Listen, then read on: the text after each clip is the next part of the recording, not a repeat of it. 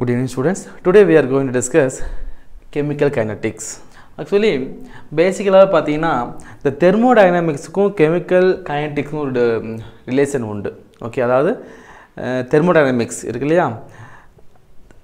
Thermodynamics and chemical kinetics have a simple relation. Thermodynamics deals with initial state of the chemical reaction.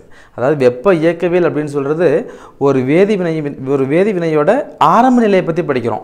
Whether this reaction takes place or not தெரியாது. ஒரு reaction நடக்குமா நடக்காதானே தெரியாது. அப்படி நடந்தா எப்படி இருக்கும்? அத பத்தி படிக்கிறதா வெப்ப இயக்கவியல் thermodynamics. But chemical kinetics deals with the end state of the chemical reaction. ஒரு chemical reaction நடக்குது, but how fast the reactant are converted to product. எவ்வளவு வேகத்துல வினைபடு பொருள் விளை பொருளா மாறுது அப்படிங்கற fast அந்த rate அந்த வேகத்தை பத்தி படிக்கிறதா என்னது chemical kinetics. புரியுதா? அப்போ thermodynamics deals with initial state of the chemical reaction, but chemical kinetics deals with end state, the final state of the chemical reaction. இல்லையா?